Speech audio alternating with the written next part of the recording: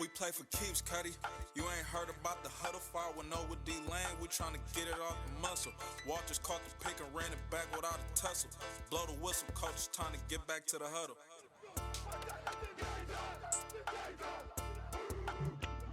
Welcome to the 510 Huddle podcast. It's your boy, Coach D Lane, in the building with my guy, my brother, Keaton McCoy. How you doing today, brother? I'm doing well, brother. And how are you doing this morning? Can't complain, man. You know me, I'm a coffee guy. Got my coffee, I'm up, I'm ready to go. It's week 3, baby. Yes, sir. Let's get it. Let's dive right into it, man.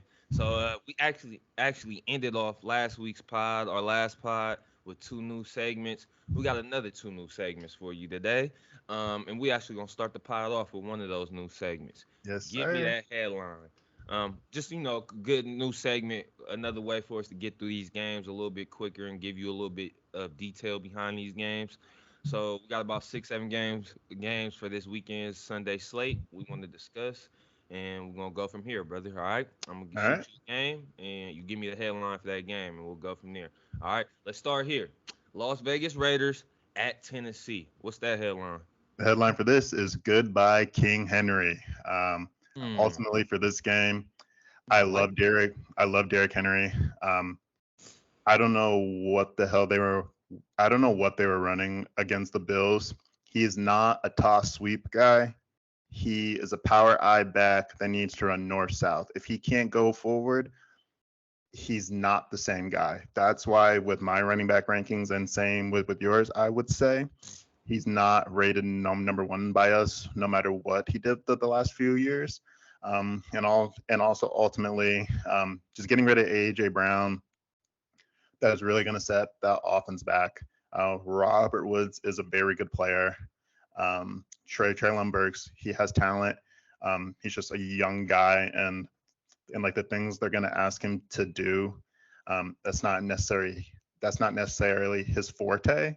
And that defense, that secondary right now, they're still a work in progress. Jeffrey Simmons is still a dude, but ultimately, I do think the Raiders are going to come out, and it's going to be a close game. But I do think the Devontae Adams is going to be a focal point for this game.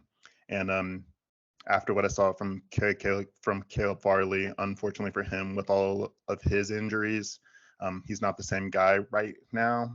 So I do think the Raiders are going to win a close, hard fought game, and that'll kind of be the beginning of the end for the Tennessee Titans and also Derrick Henry ultimately. Yeah, I love that headline. Just real quick for me to touch on this, and we'll talk about it in a minute. We're supposed to actually start with Thursday night football recap. We could touch on that after these games real quick. But I just wanted to say one thing, brother. I think Yeah, Nick Chubb may be the best pure runner in football right now.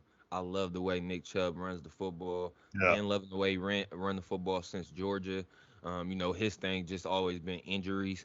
But right now, I think he's the only back to start his career off with the first 5 seasons or four mm, seasons with at least over 5 yards per carry.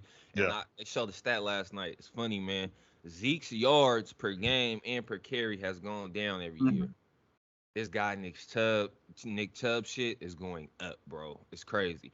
But yeah, I That's talked why I just had rated him one. I just had a minute, and now I see why I'm not mad at you at all, Yeah, bro. His jump cut is nasty. He runs behind his pads. He probably has the best body lean from a he running does. back in the NFL. So we'll talk about Thursday night football in a minute. Let's get back to this Raiders Tennessee game. I love that headline, brother. If the Raiders defense was a little more stout, I would agree with it even more. I agree with that headline for as far as last week, how the game turned out for Tennessee, because I was looking at that Tennessee Buffalo game saying the same thing, brother, as far as what's going on with King Henry. And I know one thing that defenses try to do with King Henry, because like you said, he's a north south runner.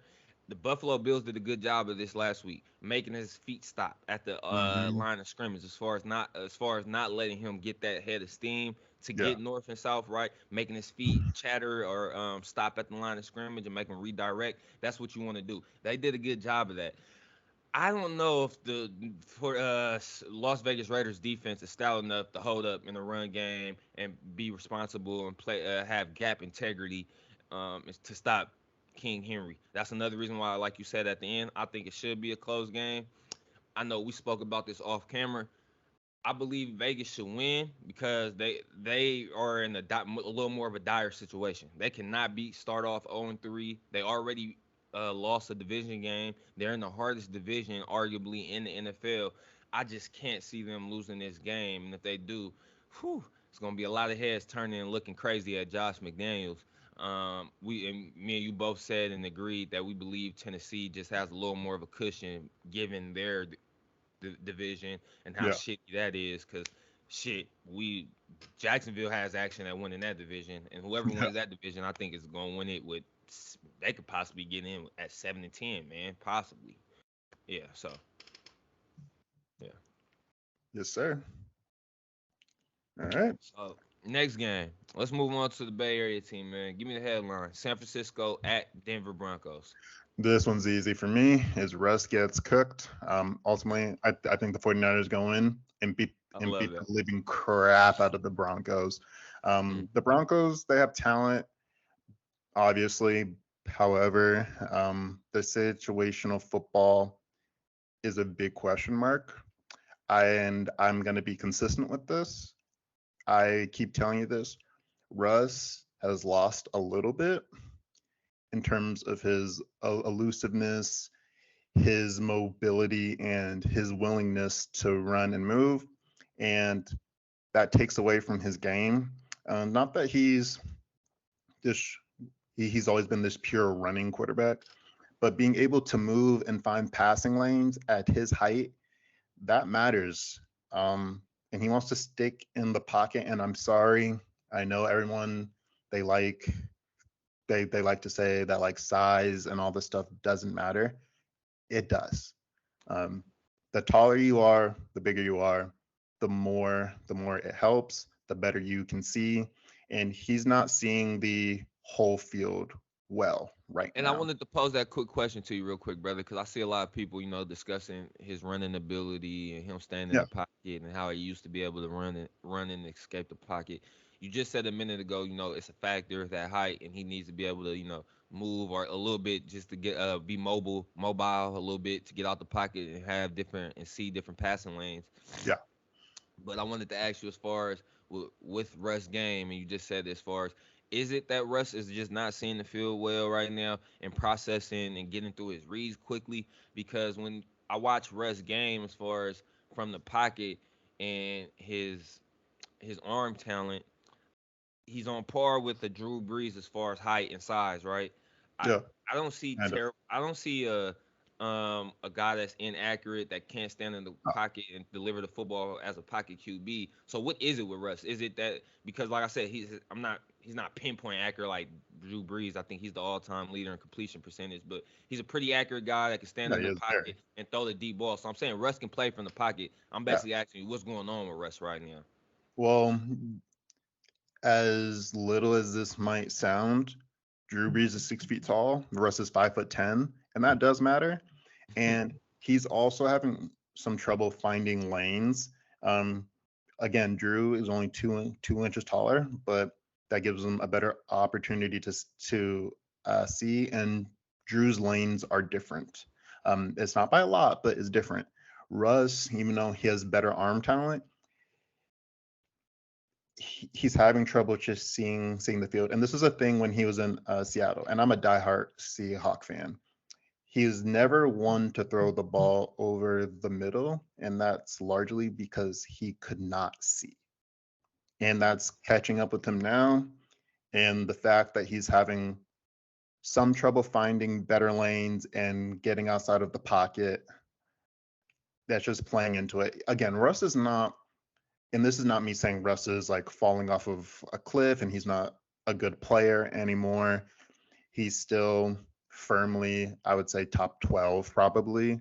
Um, but when you're that size, you've gained some weight to try and withstand the punishment. It's just going to take away just that little bit that made you Russ. Right now, he's Russell Wilson, and like he's not Russ, and that's what I say. My bad, my stupid. Man, on. I just looked up and realized I had it on. Hopefully we good. Anyway, um, I love that headline as well. Russ gets cooked. That's a good one, brother. Yeah. Um, I believe this is one of our locks of the week, right? We got San Mhm. Francisco covering 1.5. Yeah. I will say this because I do believe there's something going on over there with Russ and that offense and Hackett, the head coach. I've already got on his ass. I'm not going to spend much time doing that right now. We'll discuss him at another time. But I will say I told you I believe Denver's defense can keep them in this game, especially with Jimmy G back in. I believe the offense will be humming and be a little more in sync for Kyle and company. But as well, you know what comes with Jimmy G. He's very opportunistic as far as for the defense. He will get that motherfucker up. I love PS2, Patrick Surtain. I love that kid. I think he's a little banged up right now. Hopefully he plays Yes. this game. Yeah, and Simmons on the back end. I just believe Denver's defense can possibly keep them in the game just because I haven't seen nothing um, crazy over the top from San Francisco so far to start the year. But me and you are in agreement here. We both do believe San Francisco should cover and win this football game. Last point on just the last point on this game. Um, from what I've heard in like the media, obviously players are feeling for Trey Lance, but a lot of guys in that locker room. I don't know a percentage, but a lot of guys are happy that Jimmy is back in there. So I do think they're gonna come out with more confidence, and you'll see that little extra oomph when they play. Yeah, for sure. I agree with that 1,000%. Let's move on to another game, brother. The LA Rams at the Arizona Cardinals. Give me the headline. Well, honestly, this one is kind of a little bit of heart, but dirty birds fly. I think the Cardinals are going to pull off the upset. Um, the Rams are a better team, I think, but it's early on in the year. Kyler Murray is healthy, and the Rams, just dating back to last year, they always, no matter how good they are playing, they always do one or two things that keeps the other team in the game. And as we just saw last week, Kyler Murray is different. So if you give him extra opportunities, no matter how they come, I do believe, especially because he's healthy right now, he's going to take advantage of it. So even if the Cardinals don't win, they'll definitely give the Rams a scare. But I'm picking the Cardinals. Mm, Picking the Cardinals to win or to cover. It's 3.5 right now. I'm Rams. picking. I'm picking them to win. Whew. Yeah, I don't know about that one, brother. I feel like Sean McVay and company already laid their egg in week 1 against the Bills. I seen enough from AZ. Yeah, they just pulled a magic trick out their ass last week versus the Raiders, but a lot of things had to go right for that magic trick to work, um, including McDaniels not calling it a good game in the second half and the Raiders defense falling completely apart. I don't really see that with the Rams. Not this week against AZ.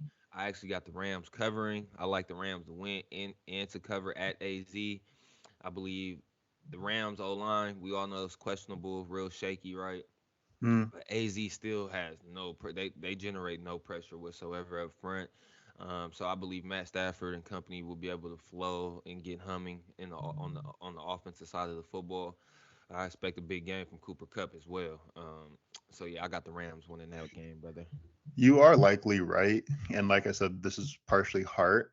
Um, I just think early on in the year, Kyler being Kyler, and what the Rams typically do, if you give a quarterback like him extra opportunities, they'll usually make you pay. So that's kind of where I'm leaning with that. But that's all that I have on this game. Got you, got you. Give me that headline: Bucks at home versus Green Bay. This one is very, very corny. And this will be a little bit confusing for some, but a Gouda day in Tampa. Um, for those who don't know, Gouda is a type of cheese, and I do think that the cheeseheads are going to go in there, and they're going to pull off a minor upset. and Mm-hmm. I've been wanting to pick the Bucks. I have no real logical reasoning to pick Green Bay except for I think they're slightly healthier.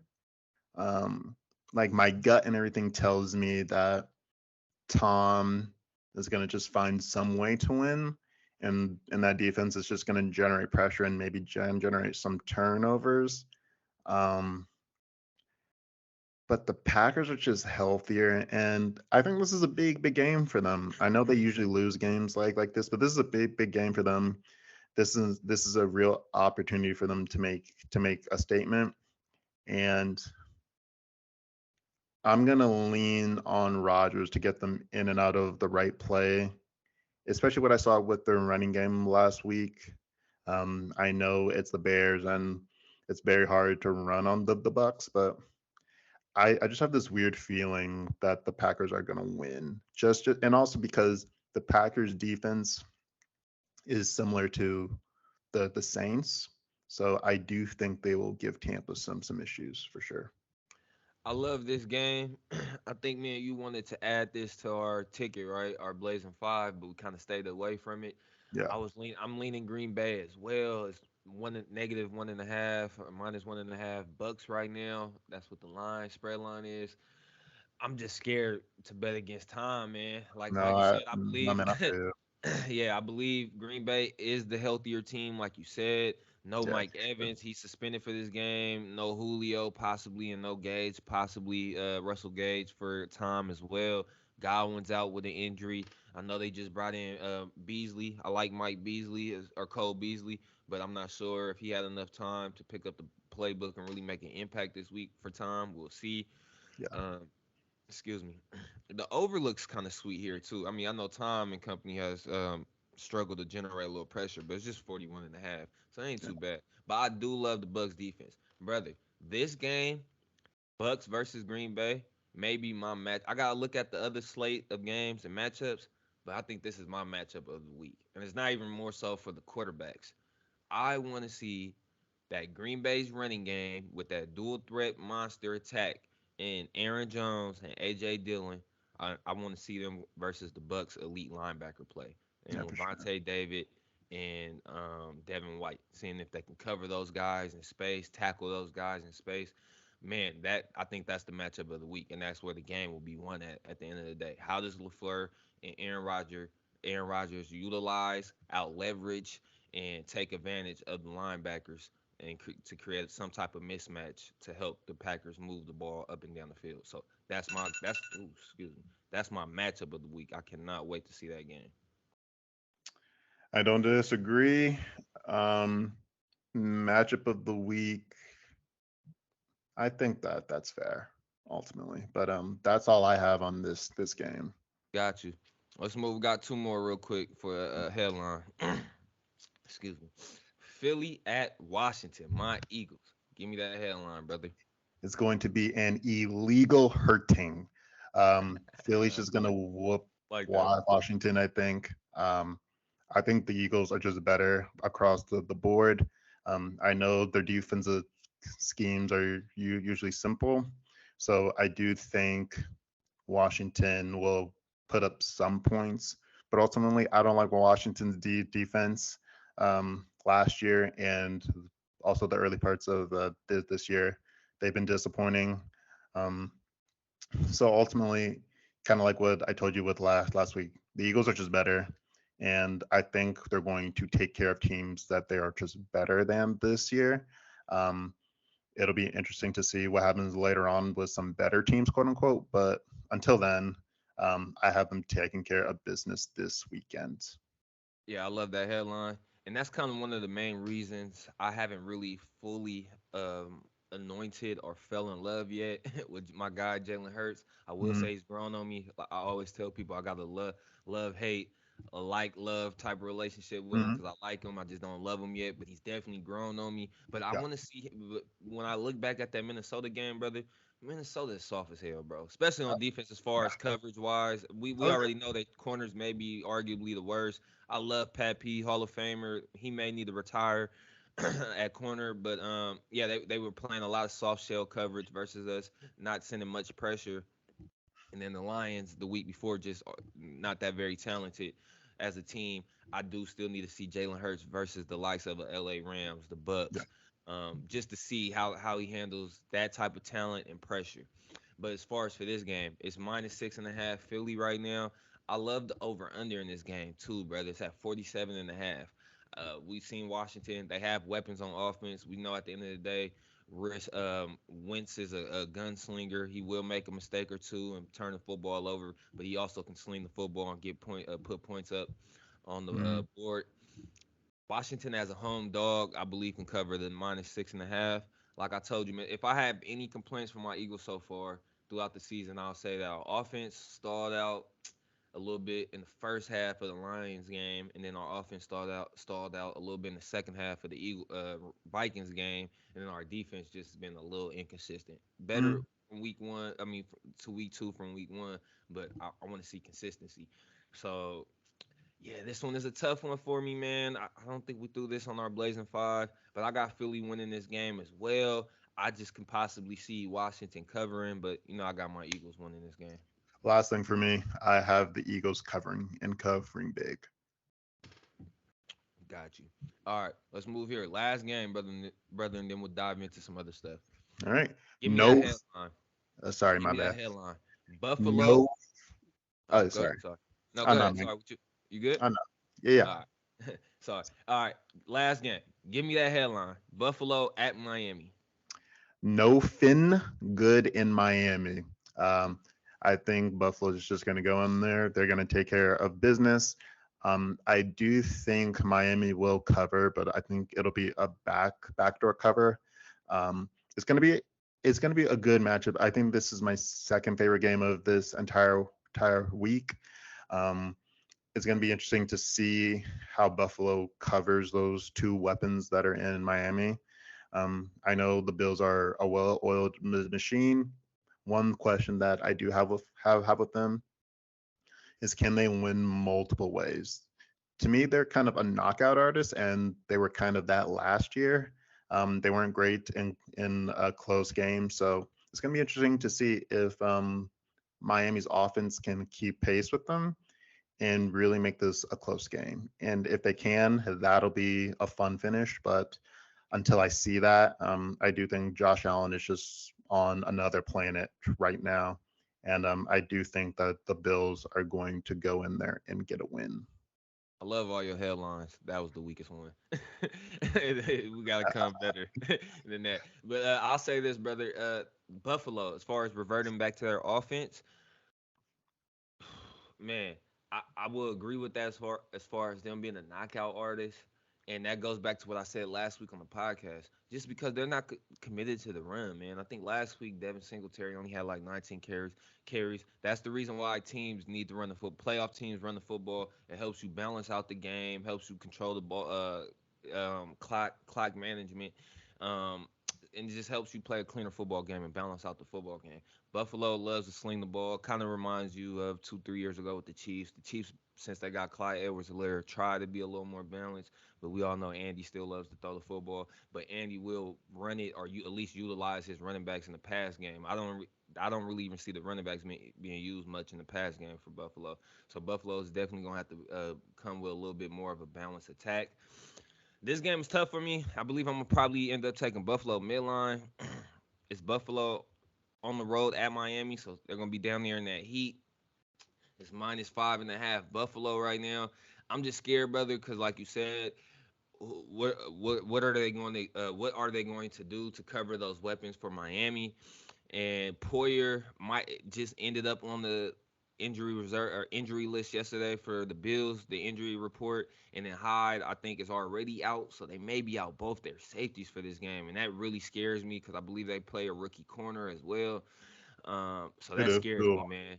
Yeah, and then Miami's at home. Like I said, they can cover, but Tua is 0-3 versus the Bills and Josh Allen. So that's the main. That's kind of the main reason why I got Buffalo midline. But yeah, this game is kind of tricky. I think we wanted to throw this on our Blazing Five, but we stayed away from it just Yeah. because we got respect for at least respect for those Miami weapons. But Yeah, I don't believe Miami's defense can hold or stop Buffalo at the end of the day. So that's why I got Buffalo midline. that sounds good to me. I don't disagree with anything right there. So that's all that I have. Before we dive into another segment, let's just touch on that Thursday night game real quick. Last night's game, the Pittsburgh Steelers fall to the Cleveland Browns. I know the Browns got that cheap touchdown at the end. So what was the final? What, 31 or 30-17 or something like that? Like something Yeah, like that. yeah, Honestly, I something didn't like even that. see the final score. It was a pretty ugly game. I thought it picked up a little bit throughout the game. I thought it was actually going to be an uglier game than that, like a 10-13 type game.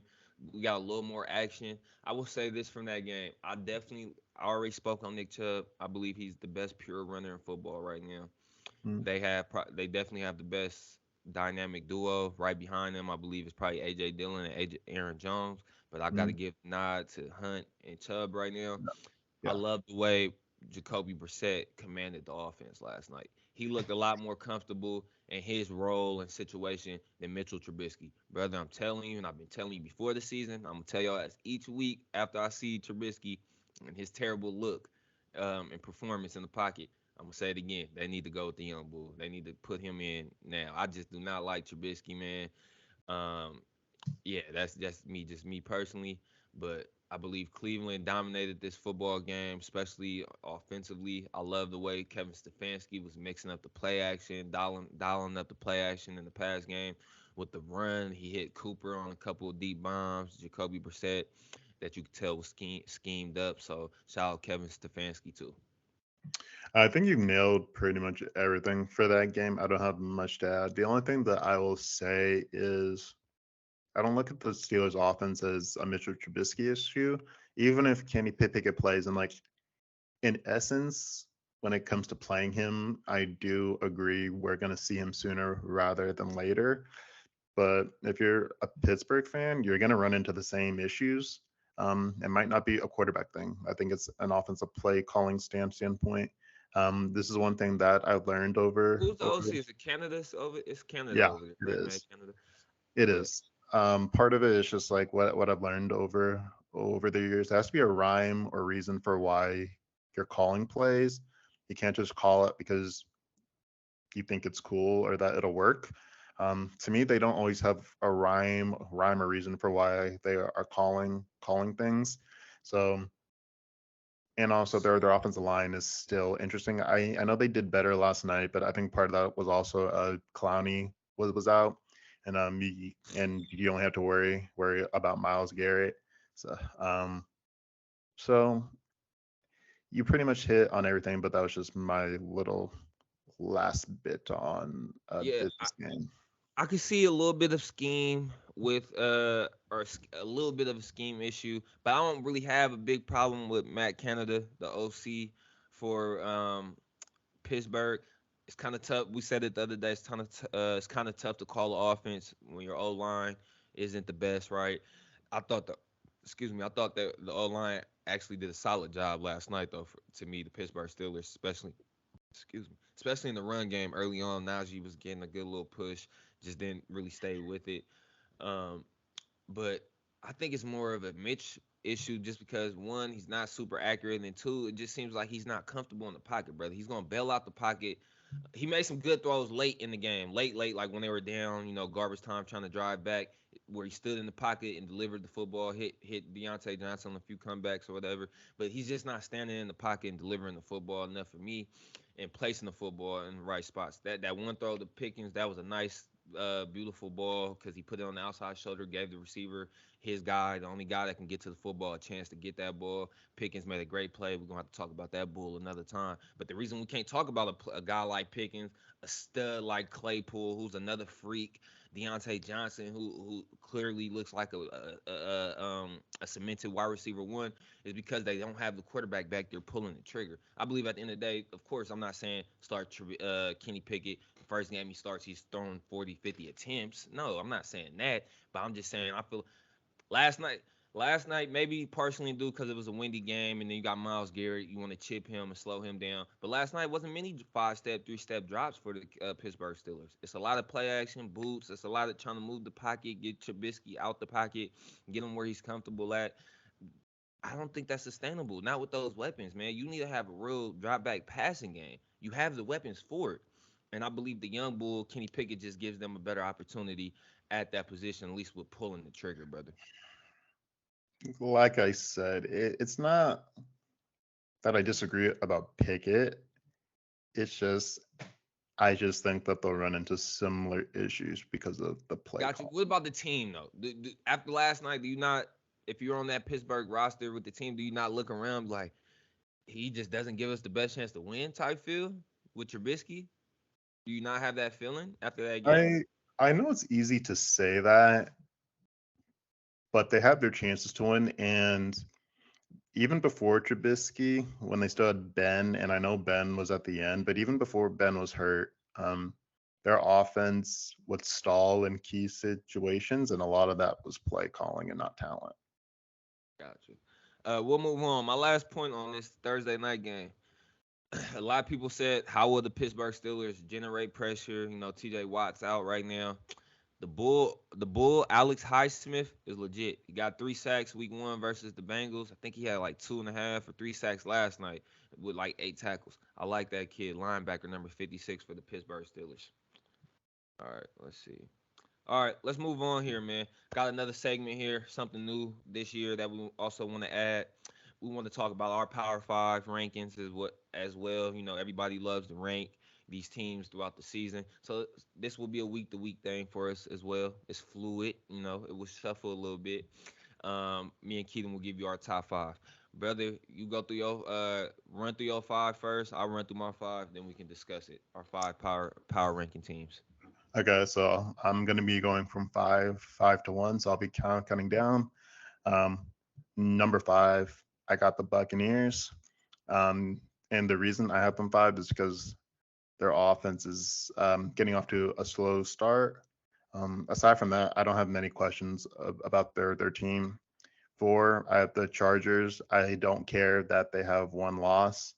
They are one of the four best teams that I've seen so far. I have the Eagles at three. I got the Bills at two, and I have Kansas City at one. The reason why I have the Chiefs over the Bills is because Kansas City has shown that they can win from multiple ways. Um, Agree with that. they can come from behind. They they can play with a lead, and they can also deliver a knockout.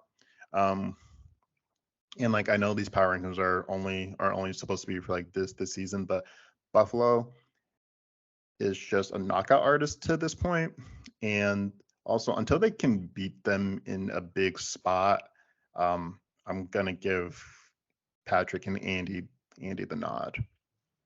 Yeah, I love your list. I believe we got 4 out of 5, the same. I'm gonna push back on the Chargers, man, just because, yeah, the talent's there, but you added all that talent for a team specifically like the Chiefs in your division. You lose that game. Your quarterback's banged up, and then it wasn't the cleanest, most dominant performance versus the Raiders neither. So I'm I'm iffy on the Chargers being in there, brother. Like I said, this is a week to week thing, right? This is our Mhm. Power Five ranking for week to week. I think it's pretty simple this week. That's why we did have 4 of the 5 same teams. But my five, I'm gonna go with the Dolphins. I'm gonna show Tua and company a little love there because they did beat Bill Belichick, and then they beat Baltimore Ravens in the crazy comeback. So I'm gonna put the Dolphins at number 5. I got my Eagles number 4, man. Dominant performance last week versus the Vikings. They're 2-0, self-explanatory. I think they're a top 5 football team, and they're super. I believe if Jalen Hurts keeps up the play that he's playing right now, they're in Super Bowl contention. I don't give a damn what anybody says. I got the Bucks number 3. I can see them being down a little bit for some of the same reasons you said, but I'm gonna keep them right there at 3, just because I believe their defense is better, playing at a elite level, especially better than the Dolphins and my Eagles. And I love the way Todd Bowles has those guys flying around. I believe they will be playing better football by the end of the year. Hopefully they get more healthier too by the end of the year. But we all know Tom just likes to play his best football heading into the playoffs. So I got the Bucks being a better football team by the end of the year. Got them at 3. I'm gonna put the Chiefs at 2, and I'm gonna put the Bills at 1. Like I said, we said this is a week to week thing for this season. I'm gonna just put the Bills right now. I do agree wholeheartedly with your point as far as the Bills have shown to be a knockout artist already in 2 weeks. Um, the Chiefs showed us how explosive they can be, and then they showed us how they can dish out the football and win in multiple different ways. I agree with that. I'm just gonna go right now because it's only 2 weeks into the season, and they're pouncing on teams and beating them down. I'm gonna go with the Bills for right now at number 1. But I do wholeheartedly agree with your point between those two teams, brother. And also, last thing for me, actually, if this was a 10 team list, I would have had Miami at 6. Got you, got you. All right. Before we end off with our Blazing Five picks for the weekend, we're gonna leave you with a Blazing Five. Me and brother, we always talk football, chop it up, and in the midst of our conversations, we always come across, either great debates between us or just crazy topics that we just came up with out of nowhere. So I know the other day me and brother was talking, kind of going back and forth. I don't know how we landed on this subject, but we were just talking about old backs, old running backs from the 2000s that don't really get enough love.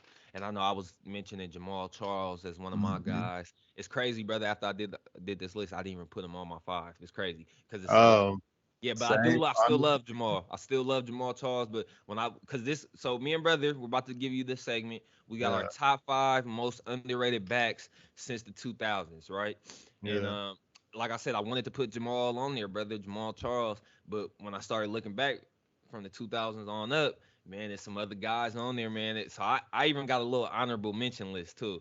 So I got my 5, and I got my little honorable mention. So do you want to go back and forth with our 5 first, our top 5?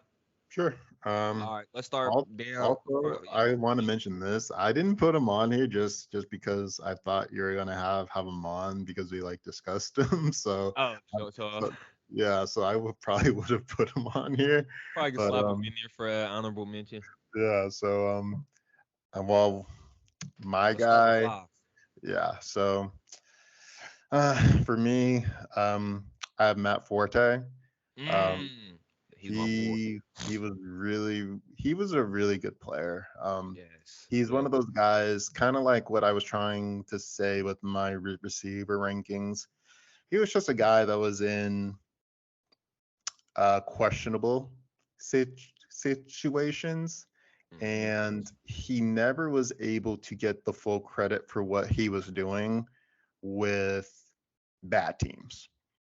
He was so good, and he was so good for a stretch. I'm not saying he was ever the number one running back in football, but he was so much better, and he deserved so much more love than what he got during his career. Yeah, I'm gonna touch on Forte in a minute. He's my number 4, brother. I love that one. See, this is why I love my guy. We be on point, especially with the backs.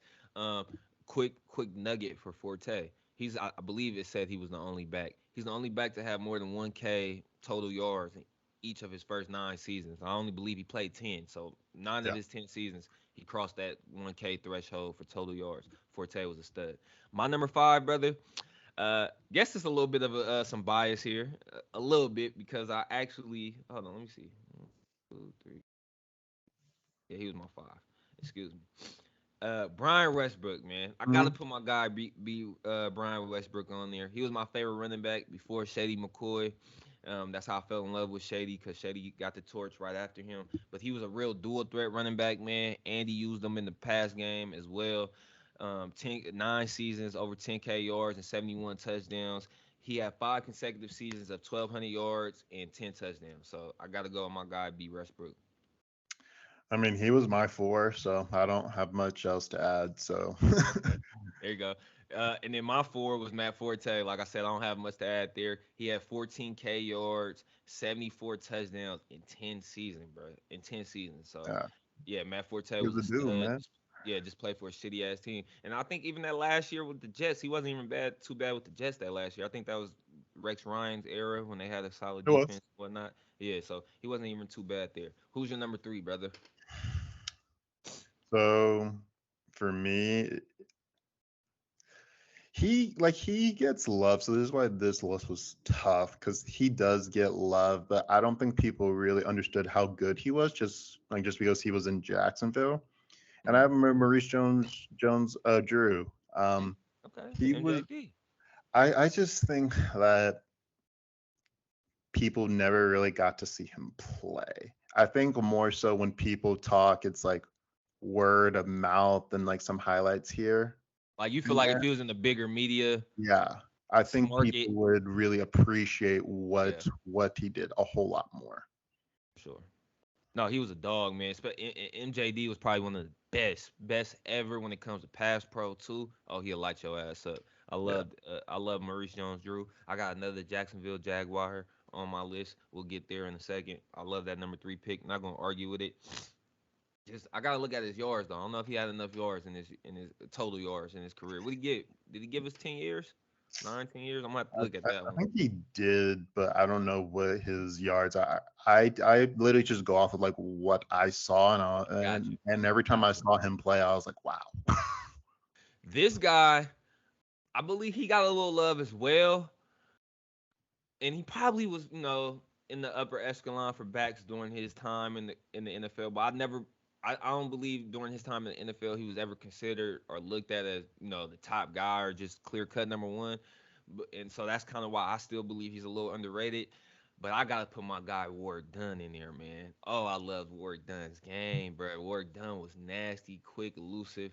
Um, 15K. He gave us like 10, 12 years as well. Over 15K total yards and 64 touchdowns. I love Warwick Dunn's game for the Atlanta Falcons. Excuse me. I got Warwick Dunn as my number 3. I don't disagree. He was my honorable mention. Um, I should have probably had him on here honestly because nobody mentions him. But Yeah. my next guy on this list is Arian Foster. Um, That's another good one. Yeah, I because he was a dual threat guy. And he was with Andre Johnson down in Houston, just wasting away. I'm Andre very upset. Johnson. I'm very upset with both of them for not asking out earlier. Because just as a fan, I like seeing great players be on great teams and just get the most out of them. But yeah, I have him next on my list. I like that one. No pushback here. I don't believe I had him on my list or my honorable mention, but that is a good one. Arian Foster, he was pretty good in his time in the league. My Yeah. number 2, I think, is a guy that's definitely slept on, and part of the same reasons you gave for MJD Maurice Jones-Drew, because he's in a small media market, right? Mhm. Steven Jackson was a dog. He was one of my favorite running backs when I love my big backs, brother. Yeah. Steve Steven Jackson was a big boy that could move for the Rams, and I didn't know. I guess they drafted him either the year of or the year after the greatest show on turf, and they never knew that was about to fizzle out and he would be a part of a shitty ass franchise for the Yeah. rest of his career. But yeah, he gave us 12 seasons, over 15K yards. I didn't realize he got that many yards and I 78 know. touchdowns. I think Steven Jackson, he was another back that had like 8 or 9 straight seasons of over 1,000 yards. Um, yeah, I was a very big Steven Jackson fan for the LA Rams, number 39, big boy. Well, I cheated because I did. I have two guys at my one spot. Steven Jackson is one of them, but since you already mentioned him, I'm gonna go to the other guy, Sean Alexander. Um, Oh, I he was, forgot about Sean. I used to love Sean with Seattle. exactly, he was MVP of the league. Yes, Nobody yes. mentions this man. What he had I, like 20 some touchdowns that year? yeah, he did. He was a Yes. dude, bro. I love the way Hasselback that as he his played. quarterback. Well, Hasselback as his quarterback, getting it He done. he was the reason why I became a Seahawk fan. I just Okay. watched him on TV and I was just like, bro, He that is was the nice. coldest dude on the field at all times. So Yeah. he's a league MVP that literally no one mentions. So that's Facts. why I had to put him on here. Hey man, I feel bad because I don't have him on my honorable mention or on my list, but that was a real good one, brother. I forgot all about Sean. Sean was damn near one of my Exactly. favorite players too. I think he was the reason I had y'all in that Super Bowl versus Pittsburgh because I didn't really like Mhm. Pittsburgh. Same here. And yeah, they had a rookie quarterback. I'm like, man, Sean just went crazy this year. I really thought y'all was gonna win that Super Bowl. So yeah, I I love did Sean too. Alexander's game. My number one, he's getting the love now just because he's on a popular ass podcast. But I still believe throughout his career he didn't get that love. My guy Freddie T, man, 13 Oh seasons, yeah. over 40, yeah, 14K yards and 74 touchdowns like we said earlier for Steven Jackson and MJD. Just played for a shitty ass franchise, not a big media market, didn't get a lot of national spotlight games. Freddie T is a dog. Let me run through my honorable mention real quick. I'm not sure if you got some, but some other guys I thought was real studs throughout their tenure in the league and through from the 2000s. Gotta go Jamal Charles, like we said. Clinton Mm, Portis was right there for me, brother. Right there. I was damn near gonna throw my boy Clinton Portis on there. 9 seasons, 11K yards, and 80 touchdowns. mhm. Charlie Gardner was another one. He came in '94, but he Yeah. lasted into the 2000s. 10K yards, 51 touchdowns, had 4 straight seasons of 1,400 yards. He had a 1,911 TD year and didn't make the Pro Bowl. Charlie Gardner was legit. Another one, and I didn't. I remember how good this guy was during his time, brother. I didn't realize how many, he put up this amount of yards. He was really good. D'Angelo Williams, 11 Mhm. year career, over 10K yards and 70 touchdowns. He put up 20 TDs in '08. I forgot Yeah, about he that, and did. still didn't get a Pro Bowl. He didn't get a Pro Bowl now that year neither. And he ranks in the top 20 for career yards per carry. So D'Angelo Williams was a dog. Um, my last three for honorable mention: Jamal Lewis, man. I used to love Jamal Lewis, a dog for the Baltimore Ravens. He rushed for over 1K in his first in seven of his first 8 NFL seasons. So Jamal Lewis is a dog, and then Ricky Williams and Thomas Jones. I loved Ricky too. I really loved Ricky coming out of college, and Thomas Jones was just a slept on back throughout his career. I don't disagree with anyone, but I do think you're missing one guy just because I think his name and his legend is just tied to his 40 time. But Chris Johnson. Oh, I thought Chris you was gonna say Johnson. 40. I thought you was gonna say Frank Gore. I don't know. Like he's Franchise. I think Frank Gore he gets the appropriate respect. Yeah, But the Chris pro. Yeah, Johnson, I don't think people realize like how good he was, especially early on. I know he didn't have the exact longevity, but just like that period of time, that man was so damn good. And he. Tennessee didn't Yeah, have a passing game either. He was so good. facts, brother. You know, each generation, you always kind of got a guy that's a little bit ahead of his generation. I feel Mhm. like Shady and Chris Johnson were those two backs from that They were. 20 to that 2010 era, like around that 2010 era, that could play in today's football and still be really elite and really good. I could see prime Shady and the prime Chris Johnson in today's football, having giving out crazy work, giving out crazy Shade would probably be the best running back in football. Like picture him in in the Andy bit Reid's in the offense. bit. Picture him in the Bills offense today.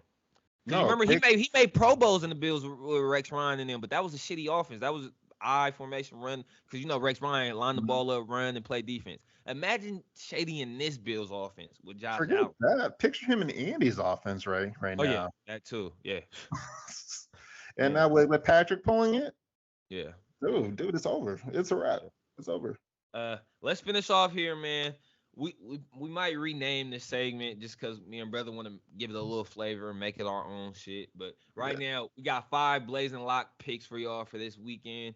Not sure what we gonna do yet. I know me and brother eventually will probably go in every weekend on this ticket with our 5. But right now, these are our 5 locks. We came together and piece these teams together, and we believe these are 5 betting locks for this weekend. All right. Yeah. First one, Cincinnati at the Jets. We got Cincinnati covering at -5.5, right, brother? Yeah. I was reluctant at first just because the Bengals are such a question mark. Um, but ultimately, I don't think the Jets will be able to generate enough pressure to really take advantage of what Cincy doesn't do well right now. And also the fact that they lost to them last year, I don't think they're going to walk into that game sleeping. So uh, Yeah, I we definitely think that they'll cover. we got Cincy covering. Another sleeper bet on that game, the over under, it's at 45.5. The Jets, they lead the NFL right now in passing attempts. They got three guys, three weapons that can actually run routes and catch the football. So they can put up some points and that total, that over under total definitely can hit. I believe the over can hit there, 45.5. So that could be another play for that game. Our second pick, we got the Raiders going on the road at Tennessee. We got the Raiders covering the -1.5. Like we said earlier, we just believe they can't go down 0-3 in that division. They need to win badly. So we both agree that they cover in Tennessee. Yeah. Um, there's not much more to add. I already touched on this game earlier. I have them covering. I won't say big, but I do think that they'll cover and it'll be easily. Got you. KC covering at Indy. I think this is really like our lock of the week. It's minus five Yeah. and a half. We do the one question mark I do have for this game, brother. I still need to see Kansas City do a little bit better job at stopping the run. I've seen a few explosive leaky plays here and there in the run game from Eckler and whoever they played week 1.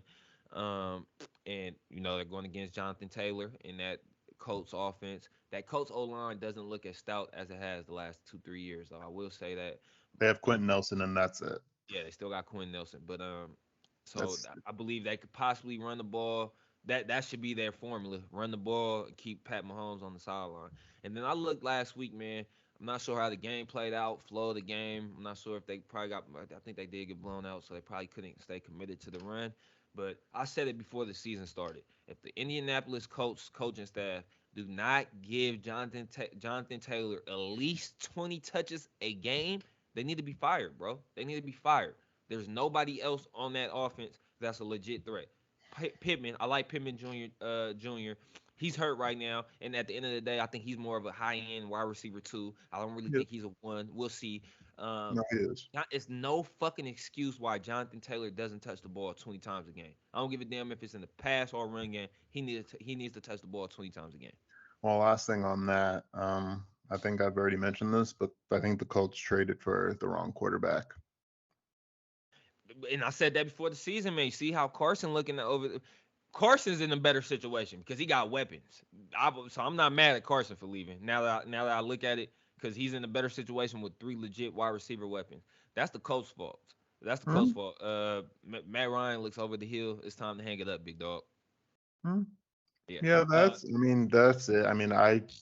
I think Kansas City is going to cover pretty easily. And the Colts are, put it like this, Frank Wright is going to be on the hot seat after this game because I think it's going to be very, very ugly.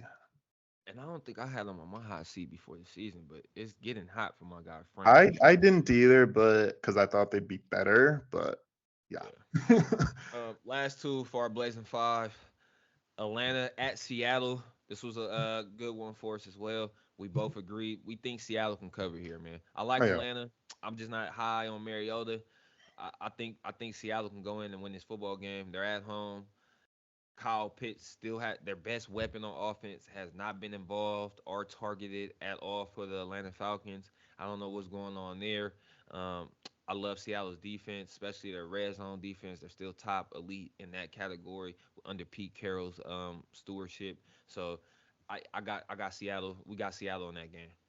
I already mentioned this. Kyle Pitts is the best player on the field, but he's in a interesting situation right now, as I keep saying. But ultimately, I do think the Seahawks are going to win because I do think that they're going to open up the passing game a little bit more. And it's ultimately because they have to. Your only blue chip talent on that team is at the wide receiver position. And there's no point in paying DK, Lockett, and all of these guys if you're not going to use them. DK is a deep threat. Oh, just open up the passing game and you'll win. It's just that simple. I know that they got AJ Terrell there, but he can't cover two guys. So whoever he's not on should be getting the rock, and I'll just leave it there. Facts. And our last game, our last pick for our Blazing Five, I'm not gonna lie. I believe they can win, especially midline and shit cover too, because it's only -1.5. But brother did have to talk me into this one just because Russell has a winning record versus the Niners and Shanahan. I think he's like 17-4. But we got San Francisco going to Denver, and we got San Francisco covering the 1.5. I I think they just should win. They should win. Yeah, I just think the Niners are going to be a well-oiled machine, and they're going to make quick work of Denver. Yeah. That's week 3 for you, man. We got anything else, brother? That's all that I got. All right, hey man, hope y'all go win some money out there. I know I hit the money dance a little bit last night off Prize Picks for Thursday night football. I can't wait for Sunday, brother. I You know. got fucked over, huh? You almost had another 1K. Yeah, Why it's you all didn't right. take Hunt's receptions? You took his receiving yards or you took his total yards? I took his receiving yards. Oh yeah, he He was needed like two 2 or 3 away. yards. He needed 2 yards. Yeah, I took that receptions. I took the receptions with him. He got that shit. Let's have a good weekend, man. Let's hit the money dance this weekend. All All right, right, brother. let's get it. All right, but All right. later.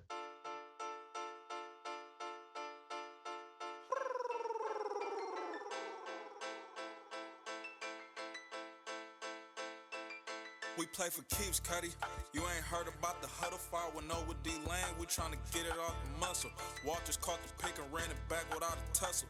Blow the whistle, coach is trying to get back to the huddle.